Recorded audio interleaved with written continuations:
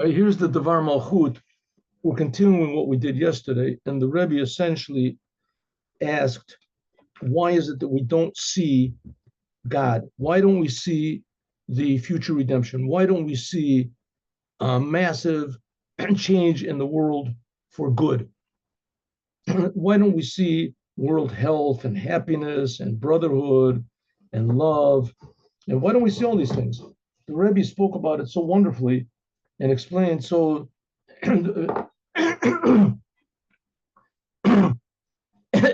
so clearly how everything in the world is pointing to the redemption, right? It's promised to us by God. It has to come. There's no doubt about it. And exactly what's supposed to happen is clear to us that the whole world, all the Jews are going to return to the Torah. the Moshiach will defeat all of the enemies, or at least try to defeat all the enemies. Right? So we've done this. We've fought our battles, and under terrible disappointments and frustrations, the Jewish people still are holding on to the Judaism, and we're doing the commandments, doing everything we can for years, 10 years, 100 years, 1,000 years, 1,000, 2,000 years. How long is this supposed to continue? How long is it supposed to continue? And the Baal Shem Tov has come, and the Chassidut has been spread out all over the world. And it says the Mashiach said, I'm going to come when Chassidut is spread out over the world. And that's already happened. So what's delaying? What's happening? Why don't we see anything massive change in here? What's going on? So we're supposed to be asking ourselves, how long is this going to continue? That we just have to, live on faith and waiting and expecting. Says the Rebbe even more.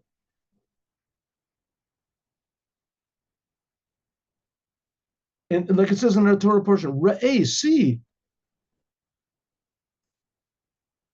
see, I'm putting in front of you a blessing. All the blessings, especially the main blessing, which is the future redemption, is Shalom Maspik Sheshomim. It's not enough that we just hear about this. We want to see it. Why aren't we seeing all of the things that are promised? Why aren't we seeing an orderly, positive world? It should be not just we hear about it, we learn about it, we imagine it, we live as though. It should be see. And God is telling us that we have to see. Okay, what are we supposed to do? Even more details. There's the connection to the future redemption in all of the details of the day. Everything of that. Now, I just want to take a small. We've done this before, but I mean, the fact is those people who live in Israel, and I'm sure all the Jewish people in the world, more and more Jews have their eyes on Israel. I mean, there's incredible miracles that are going on over here. They're shooting rockets. I mean, if you could imagine if Mexico or Canada would shoot one missile into America, one missile, purposely. They would shoot a missile into America, right? And even if it would miss, that's it, war. That would just be total war. What, you shooting missiles? You declared war on America, right? Let's say in America, all the Puerto Ricans that got together, all the Vietnamese, all the Koreans, all the Jamaicans, they all got together and they shot a missile into New York. Shot a missile, and it didn't hit anything. What would it be? You had, especially if all these people were all gathered together in one place. Here are the Arabs, the Hamas, call them whatever you want to. They've shot thousands of missiles. They all missed. They knocked down buildings. There's tremendous monetary damage, but almost no one was injured whatsoever. And the whole world is quiet. Nobody does it. And the Israeli government is quiet, right? The fact that if they do something, that itself is a miracle. They say the biggest miracle of the 6-Day War is that we attacked, not that we won. We win all the time.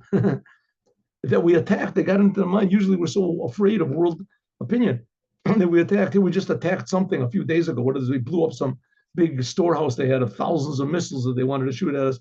But they managed to shoot 300 missiles. Do you realize what's happening? Every day there's missiles. My son lives up in Tzfat, and he said there was just a huge barrage of missiles over there, and they just hit the mountain, they hit the sides, they didn't. I think they did destroy one or two buildings or something. that even the other Arabs were laughing at the Iranians that they destroyed like a chicken coop or something like that, which they killed thousands of chickens. I mean, I think that the world would be more up in arms if they killed chickens than if they would, God forbid, would have killed Jews. Who cares about the Jews? The whole world is against us. The whole United Nations is against us. They're shooting thousands of missiles at us, and you go outside, you can't tell. Everything is totally normal. The streets are working. The electricity is working. We have water. People say hello to each other on the street. It's the most amazing thing. I mean,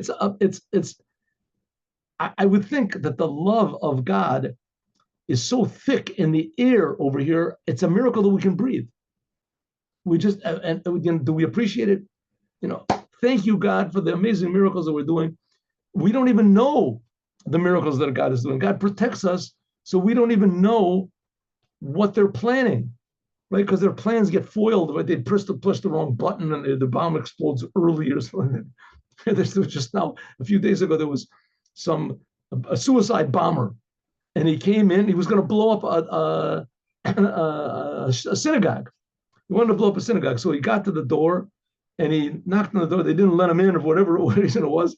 And he sat down and he pressed the wrong button or something. And his thing blew, maybe he was practicing, I don't know.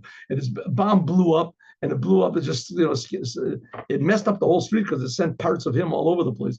But except for that, no one was hurt. No one was hurt. And if you would have, God forbid, gone into a public place, who knows? Okay. Says the Rebbe, good. There's miracles going on around us, but this is not what we're waiting for. We're not waiting for the miracles that God does that the missiles don't destroy. We're waiting for miracles that no one wants to shoot missiles at anybody anymore. That's the miracles that there should be. That everybody realizes they're the creations of God, and there's only one God, the God of Israel. That's the God.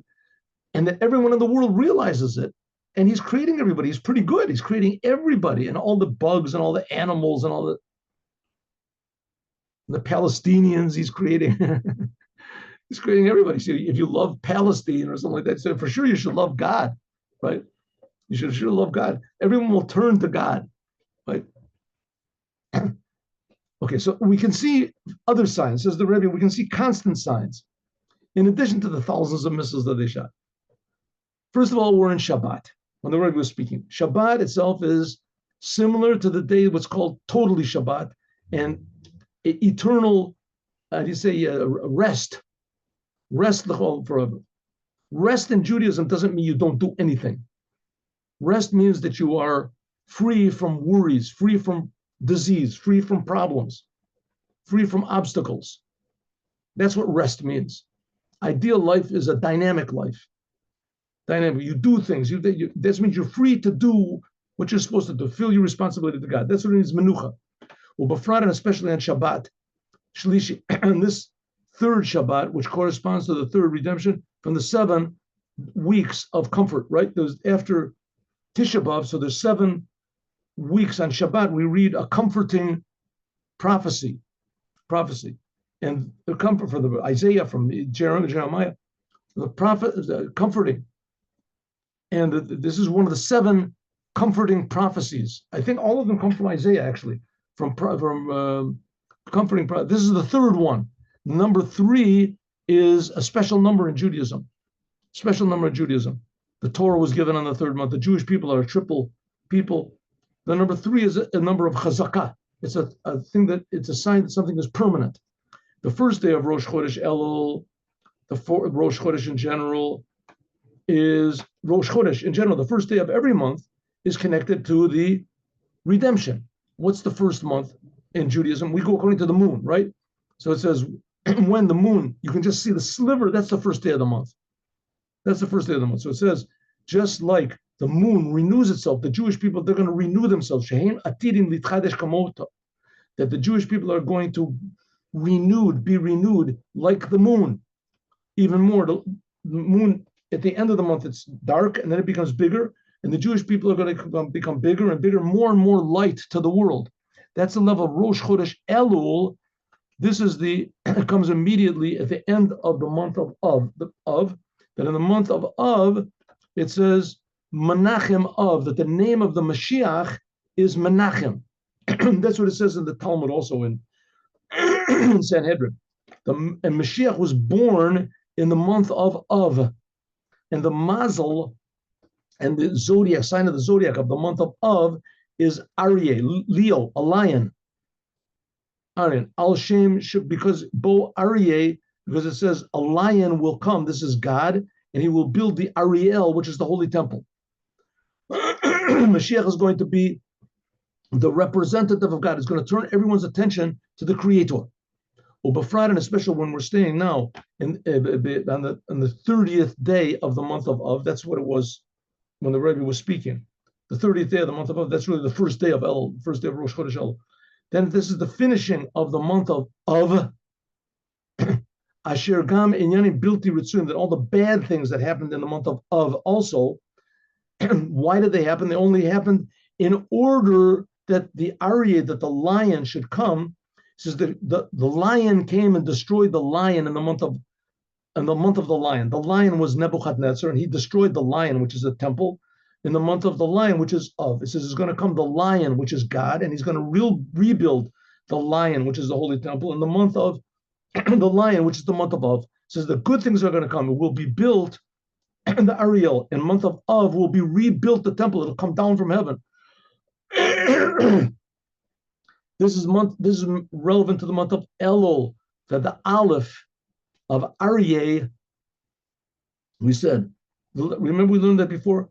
Aryeh is a lion. Aleph, Rosh, Aleph, Resh, Yud, and Hey. It says Aleph is Elul, Resh is Rosh Hashanah, Yom Yud is Yom Kippur, and the Hey at the end, they didn't write it here. The Hey, it's just written, there's a little dash. And the Hey at the end of the letter, that's Hoshana Rabbah. That's the end of the month of Sukkot. That's the same letters, but the first letter of Elul is the first letter of that corresponds to the first letter of Aryeh, of a lion. And that's lion refers to, in this case, God that's going to come and rebuild the third temple. So what's the Rebbe saying? Look at the world, but you have to understand that the world that we're looking at is going to change in another second. It's concealing something. The world that we look at is concealing something. It's concealing the godliness which is inside. It's concealing what a Jew really is. And even more, it's concealing the third temple. The third temple, it says, it's already built. It's just standing, waiting to be revealed. And that's what it means. The lion is going to come and rebuild the lion. The lion is God, Aryeh, and the lion is the holy temple, Ariel. Parshat Re'eh, that's this week's Torah portion, is Parshat Re'eh, and that the redemption is in a way of Re'eh, seeing. That's the name of this week's Torah portion. It should be in a way of seeing. Kamarumas, like it's hinted at the end of the Torah portion, where it talks about the holidays. It says Chag HaSukkot. In the end of this week's Torah portion, it reiterates the Jewish holidays, and it ends up with the holiday of Sukkot. Shesiyumo, the Chotmo, that it ends at Shmini Atzeret. That Shmini Atzeret, that's the 8th day of the holiday of Sukkot, which really it's not the 8th day, it's a holiday in itself. This is relevant to the future redemption, the number 8. Like it says that the harp of the Mashiach will be 8 strings. This is stressed at also by this week's Torah, Haftorah, by the portion of the prophets which is read.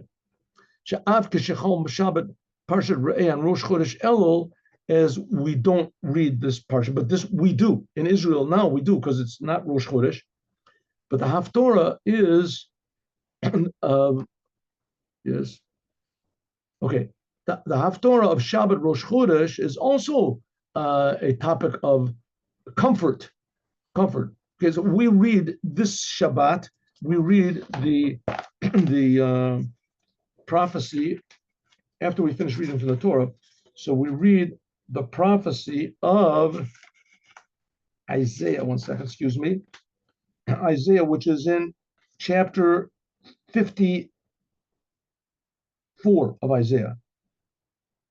And God said, "Don't worry, I am going to come and comfort you myself."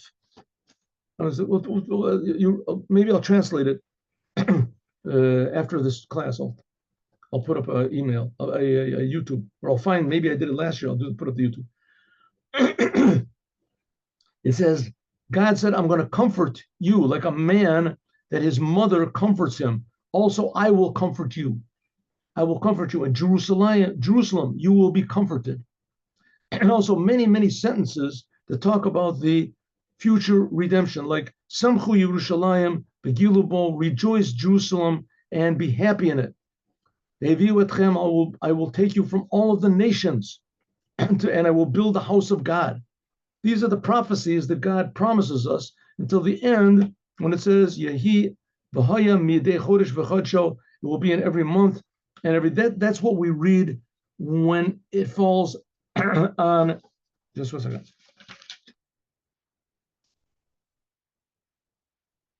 Right. When Rosh Chodesh Elul falls on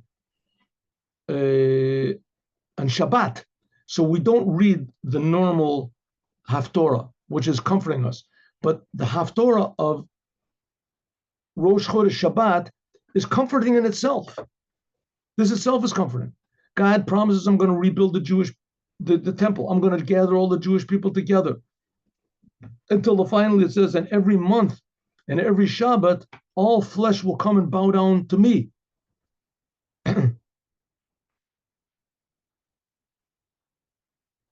Even though the Haftorah of Rosh Chodesh, it doesn't have to be a good thing, it doesn't have to end, because,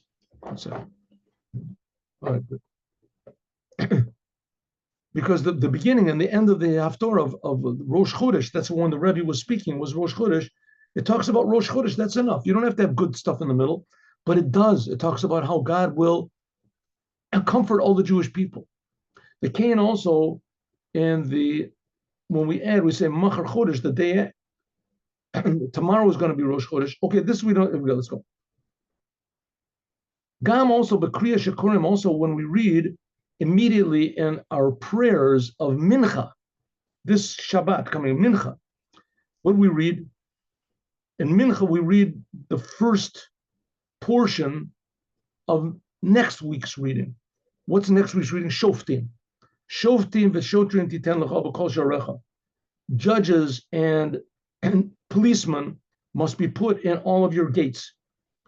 And that's, we read this coming Shabbat as a preparation for next Shabbat. Mincha of the Shabbat.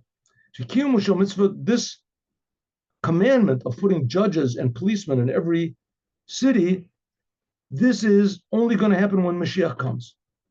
Like it says, Ashiva Shavteinu Korishona, I will return the judges like in the beginning, and your advisors like in the start. Upapratios, like it's the Rambam says, She Kabbalah he Shebetaveria, that it is accepted, says the Rambam, that in Taveria will return the Sanhedrin. And from there, it'll go to the Holy Temple. The Sanhedrin was in the entrance of the Holy Temple. It says that it's accepted that the Sanhedrin will begin in Tiberia, the site of Tiberia. After the temple was destroyed, so the Sanhedrin moved to different places. So there can be a Sanhedrin without the Holy Temple. Says that's what it's going to be in the future, that the Sanhedrin will be, and then afterwards the Holy Temple will be built, and the Sanhedrin will move to the, okay. In other words, comfort, we're being comforted. We are comforted, and we have to be comforted, and God is comforting us. But and where is he? How is he comforting us? In the Haftorah, in Shabbat, in the Torah portion, we see, but those are very nice. So we don't give up totally, and that we're directed toward the redemption. But what about the redemption? And what's going on? Why isn't there godliness everywhere? Why don't we just see good everywhere? Why? So the Rebbe said, okay, it must be we have to do something, and here it goes. Last week, if you remember, the Rebbe said that maybe what's missing is Braille. Maybe we have to publish the Tanya in Braille. Maybe that's it. Okay, so they did that. And it must have helped some, but still we see it's not exactly what we've been waiting for. So what are we supposed to do? Yesh leparsem, we have to advertise. Uv orer, and to arouse every place. Al derech avoda, the special work, service of God that is in the month of Elul. U haromezes, which is hinted at, the 5 Rosh Tevos of the month of Elul. And I mentioned this, and I said if you look in the Kitzur Shulchan Aruch, you can see them. And the word Elul hints at the first letters of 5 different sentences in the Torah. So let's start out. Torah is what's called a city of refuge. City of refuge. And that's hinted at in the sentences in the Torah. We'll talk about the city of refuge, right? If someone kills someone by accident, so he runs to a city of refuge, and he's safe there until his trial. City of refuge. So it says, and if they find that he has killed someone accidentally, but from negligence, then he has to remain in the city of refuge, the whole rest of his life. So that's inu liyado v'samti lach. It's talking about the city of refuge. Tefillah, prayer. Ani ledodi v'dodi li. Gamilat chasadim, giving charity. That's the first letters of ish l're'eu v'matanot levyonim. It's a sentence in Megillah, the Megillah. And tshuva. Tshuva is mal Hashem et levavecha ve'et levav zarecha. Tshuva. And the fifth one, the Rebbe said, and geula. Geula is a sentence from the song that the Jewish people sang after they crossed over the sea, right? The sea. It says, Ashira LaHashem, I will sing to God, Vayomeru Lemor. You have to sort of mix up the letters a little bit, but that's brought from the Arizal. And especially we have to stress the last one. The last one, Ashiru LaHashem Vayomer Lemor. This is the 5th of the initials of Elul. That's talking about the Geula, the future redemption. God took the Jews out of Egypt, split the sea, and the Jews sang the song. And it's in the song are the words Elul. Ashiru LaHashem Vayomer Lemor. Kafi is that, and this idea of Geula, of the future redemption, is supposed to permeate everything that you do. And by means of this, that you are permeated with shechadurim, and you are permeated with thinking about the redemption and concerned with the redemption, and you act in the spirit of the future redemption. And again, what do we say the redemption is? That everybody feels that it's God's world. It's not our world. Everybody feels that God is creating the world. And that takes away all of our worries and our doubts and our negativity, pessimism. Kolel, this includes especially learning the Torah in, how do we prepare ourselves? Learning the Torah in matters of the redemption and the Holy Temple, Beit HaMikdash, with a tzviyah v'vadaud, with a longing, an expectation, and a certainty, total certainty that in any second we should see with our fleshy eyes, behold, the Moshiach is here. And simply, what does it mean? Simply, lahachriz, that we have to announce and we have to advertise in every place in words that come from the heart, genuine speaking, but we have to talk about it, that God is saying by means of his prophets to every single Jew, Re'eh, see, I am giving to you today a blessing. Until the today, really, we will actually see with our physical fleshy eyes the blessing of the future redemption and its completeness. The Yesh Lo Sif, and we can add on, Lagdish, and you should know that I've said this a lot of times, but since the war started, so I go to this public place not far from Krachabad, and there's people there, and I ask people to put on tefillin, and a lot of people do, and it's a very common thing when I say anything about the redemption. I have these cards that I give out, with the cards and the Moshiach. I give the cards Moshiach, and people say, okay, but when is he coming? Okay, but when is the redemption going to be here? Okay, and everyone is really waiting for something really good and major to occur. Everyone, they're waiting for it. A lot of people don't want to say it. A lot of people, they gave up on it, but not really. They don't want to talk about it. But the fact of the matter is we have to talk we can add, especially that when we announce and when we advertise, like we said before, it has to be to, you have to also advertise to the people that claim shadayim lo niklat inyan zeh b'shlemut b'havana b'saga v'hakara shalhem. People say, listen, okay, Rebbe, you want me to announce this Mashiach is going to come and the redemption is going to come, but fact is, I myself don't really believe this thing myself. I mean, I say it and I want to believe it, and I know that the Rebbe believes it, but it's still not really, I mean, how is this going to happen? What the whole world is going to change? Does that make sense? I mean, do you know how many layers of graft and corruption and self-corruption and deception and self-deception that there are? Hundreds, thousands of layers. The Kivan Shagam Islam, by them, Yeshna Minyan Emuna Shlemot. You can say, listen, because you believe, you have faith, as Yochlim, you are able also to advertise it to others. Hechel mi b'nei beito, beginning from the people of your house. That certainly they don't have to suffer from this, that you yourself have not internalized what I'm saying. The Rebbe is saying like this: you believe that I'm telling the truth. You believe that I'm sincere. You yourself know that what I'm saying is true. Mashiach is supposed to come every moment. I mean, that's an obvious basis of Judaism. They're supposed to come. Yeah, I know, but I don't really get it. I mean, I want to get it, and I can say it. I can like play act, like a Shakespearean play or something like that.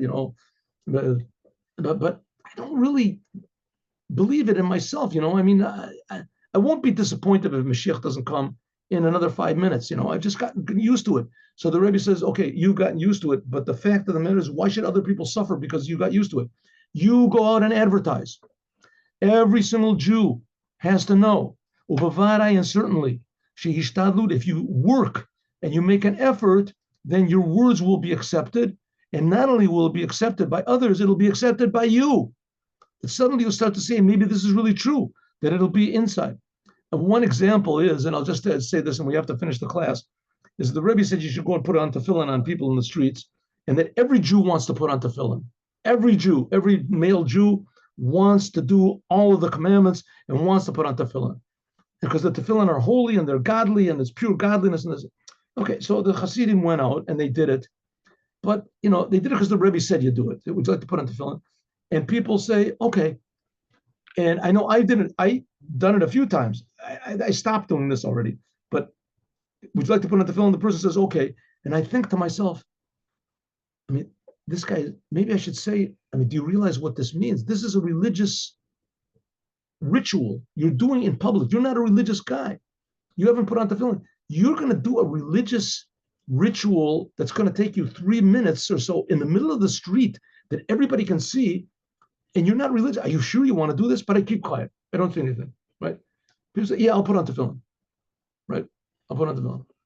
I'm amazed. I put tefillin on a person. I think to myself, listen, maybe there's really something to these tefillin. Maybe they really are, godly. And I know I felt it when I was, just became a Baal Tshuva. I felt it. But now, I do it every day. And that's what the Rebbe says, that there's kiruv rechokim, that we make those who are far away from God come close. When I put tefillin on someone, I feel how far away I am from God. And that makes me come close. I see the sincerity of these people. That's what the Rebbe says. If you talk about Mashiach to everyone, even though you don't believe it, but suddenly you'll see the reaction of people that maybe you'll be convinced also. Maybe you'll be convinced also. As we're going to talk about more, God willing, tomorrow. Well, really, we don't have much left, do we? We don't have much left. So let's finish. May it be God's will that we're saying all of this should be happening immediately, now, in this Shabbat, with a true, complete redemption by means of the Mashiach, and actual, really, and especially when we are attached to this, to saying L'chaim. Take a little vodka, saying L'chaim, and if we're bringing, this is in Shabbat and by the Rebbe. How by the way, we know what the Rebbe said? It was Shabbat. They couldn't record because there were Hasidim that remembered everything. And they would get together and they would discuss it. And they would make minor, one would correct the other and put in a couple words, but it was quite amazing. It says, Barov Am Hadrat Melech. Now we are in a lot of people together in a synagogue, in a place of learning, in a place of doing good deeds, in a place where the previous Rebbe lied. So the Rebbe said, L'chaim, L'chaim, L'chaim, and for blessing, L'ivracha, for everyone who's here, and by means of them, all of the Jewish people where they are, that they should be blessed. Also, they should all be blessed as one, in a way of ra'eh, that everyone should see Anochi, the essence of God, and they should see the blessing of God, including also the blessing of a kativa, of a katima tova. They should have a good, sweet new year, a street new year. And how much more so the blessing, the main blessing, bracha, that there is, and that's the future redemption by means of the Moshiach, in a way that everyone will point to their finger and say, hey, look, this is godliness. Velushin, like they did when they went over, it says they split over, went over the Yam Suf. It says, Zekeli vanveo, this is my God. And I'll pray. It says they felt God. You saw. Like it says, Zota bracha, this is the blessing that Moses blessed the Jewish people. That's the end of the Torah. That this is the blessing that Moses blessed, that we read on Simchat Torah at the end of Sukkot, in front of the eyes of all the Jews. That's the last three words of the Torah. Le'nei kol Yisrael, chazak chazak yitchazek. Matkifim techila, that's the end of the Torah to the beginning. Bereshit bara Elokim et hashamayim va'oretz, that the whole entire heavens and earth, they should all see that God is creating them, and so it should be to us. Then in the when God makes a new creation in Rosh Hashanah, that we will see big miracles. Shabo and Nimshach, that will be revealed in Rosh Hashanah, a brand new light. A new light which has never been before in the history of the world. That's what happens every Rosh Hashanah. So the Rebbe, this Rosh Hashanah for sure, we will merit that on this Shabbat, Rosh Chodesh Elul, that was by the Rebbe, will be the whole creation will be renewed. Like it says, a new heavens and a new earth I will create, together with a new Torah that I will create. Just like the heavens and the earth will see that God is creating it, also the Torah will feel that it's coming from God. And everyone here should say Amen. It says, greater is one who says Amen than the one who makes the blessing himself. And it says, the Gevurim, Ba'ofen shel Gevurim notzchim, Amen, Ken Yeratzon, that our Amen, that we say Amen to the blessing, will give strength to the blessing, so that the blessing will really be revealed in this physical world now. Mashiach, now. Now let's have a story.